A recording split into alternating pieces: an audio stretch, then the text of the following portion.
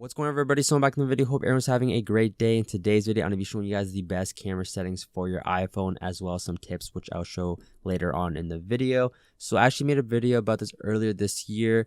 It's probably one of my most viewed video on YouTube, so thank you for anyone who has watched that video. Dropped a like, dropped a comment. But I actually did make a mistake in that video talking about the formats, which was the high efficiency, incompatible. Obviously, I'm going to be correcting it in this video, but for anyone who just kind of corrected me in the comments section of that video, huge thanks to you guys. But anyways, most of these camera settings will be available for all the iPhones. Some of them not really. I think it's only going to be two of these settings, which is the Apple ProRes and the Apple Pro RAW, which are only on specific iPhones, which I'll talk about later on in the video. But anyways, the first thing you guys want to do is open up your settings application, scroll down until you see the camera section right there. And the first thing we're going to be heading into is the formats. So we have the option between most compatible and high efficiency. So for high efficiency right here, you guys can read the description, but basically it is going to reduce the file size. So you will save space when capturing photos and videos. But the format is a little bit different. It's the HEIF/HEVC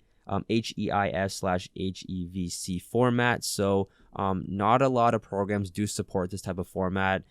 So you may want to consider using most compatible. Also, with high efficiency, it is going to actually reduce the quality of your photos, but it will take better videos if you are in the high efficiency. Because if you can see right here in the description for most compatible, it does say if you want to shoot in the cinematic video 4K at 60 FPS, 1080p at 240 FPS, and you want to enable the HDR video, you will need to be using the high efficiency format for that. So if you don't really use any of those that I just mentioned, then go ahead, use most compatible is what I've always been using, as well as you guys will see it always will use JPEG.H.264, which it's a format that a lot of people are familiar with.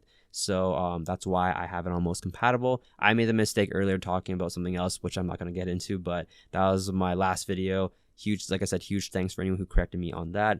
And then if you do have I believe the iPhone 12 Pro Max, I'm not sure if it's available on the stock the iPhone 12, but you will have the option to enable the Apple Pro RAW, and it's also available on the 13 models as well. And then if you are on iOS 15.1 and above, you have the option to shoot in the Apple ProRes, which is the video kind of format, but that's only available for the 13 Pro and 13 Pro Max. I'm not updated on that. I believe I'm only on 15.0. That's why I don't have that option right here. But like I said, if you're on 15.1 on the iOS firmware, you guys will have that option if you have the 13 Pro and 13 Pro Max. So for this Apple Pro RAW, if you do have one of the iPhone 12 models, it's kind of up to you. I have it on, but if you're really into photography, I would turn it on automatically. But if you're just kind of just shooting random videos, you're not really a photographer, you might as well leave it off, because you will see that each file is approximately 25 megabytes, which will take quite a bit of space on your device if you don't have like the biggest storage capacity. Because I only have 128, which is the stock one currently. But there is the format. So for the record video, this is kind of up to you guys. I have the 13 Pro. If you have the ability to shoot in 4K, I would go with 4K. It's better, obviously, than 1080p, and why not shoot in 4K? I would shoot at 30 FPS, but if you want a more cinematic look, maybe go ahead and do the 24 FPS.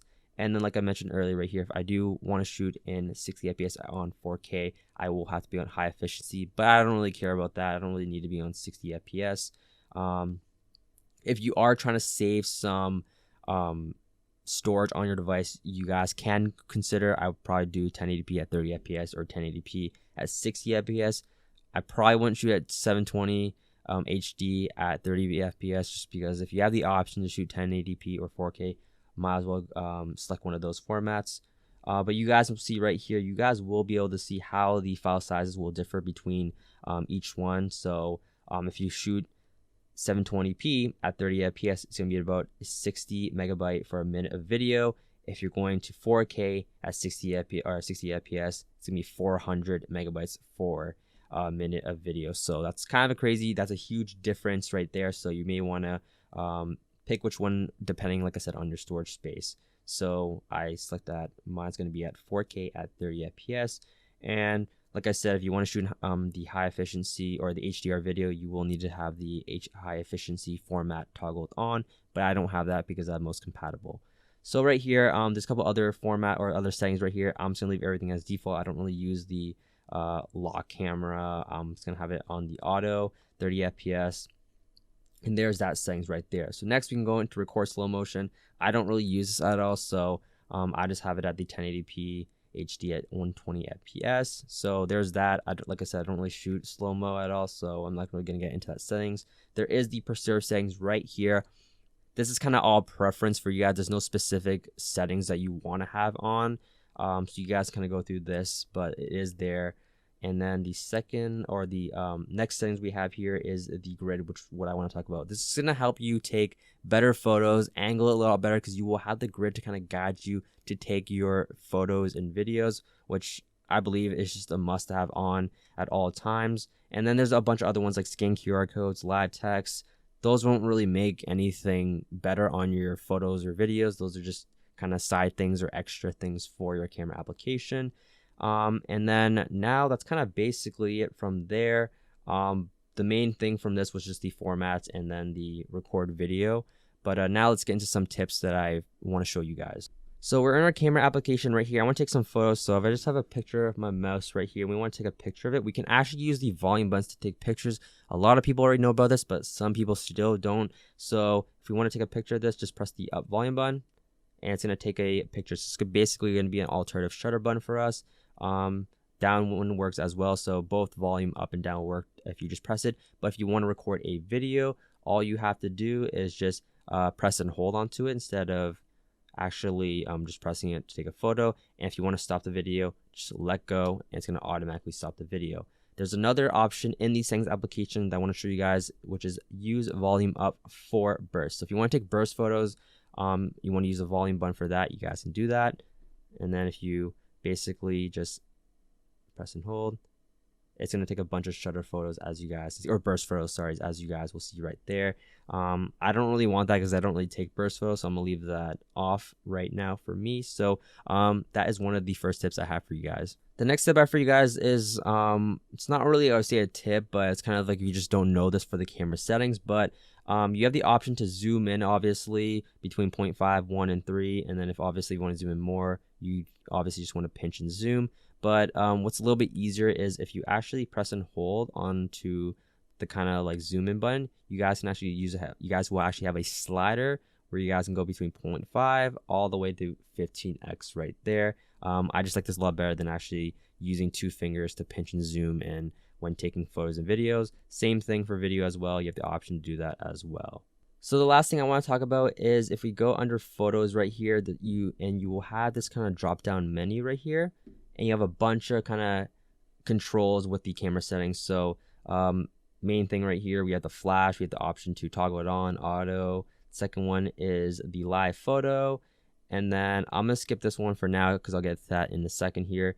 And then right here, we have the aspect ratio. So a lot of people didn't know, like I had a couple of friends asking me like, can you shoot 16:9 for the aspect ratio? And they didn't know that this option was available because they hated having their photos on 4:3, so they wanted it 16:9. You had the option for that, and then square as well.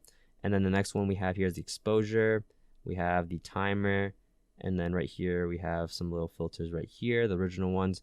But this one right here, which is the third section, this is a new thing that came with, I believe, iOS 15. So you have the option to kind of filter out every photo and video you take right here. So if you want all your photos to be in this vibrant kind of filter, you guys can select this, and every photo you take until you turn the setting off will be in vibrant. And then same with warm, cool, and then rich contrast as well. Or if you just want the standard, like always, you guys can leave it on that. But I kind of like the vibrant, so I always have this on when I take any photos on my device. So there's the setting that you guys should consider turning on. So there you guys have it. Hope you guys did enjoy this video. If you have any tips or just camera settings that I didn't mention in the video, leave them down below in the comment section. I'll be sure to like pin them, give them a heart, so letting people know that I missed some of these settings as well as tips. But if you guys did enjoy this video, drop a like on it, hit that subscribe button and that post notification bell so you guys never miss a video. And that's basically it, and I'll see you guys in the next one.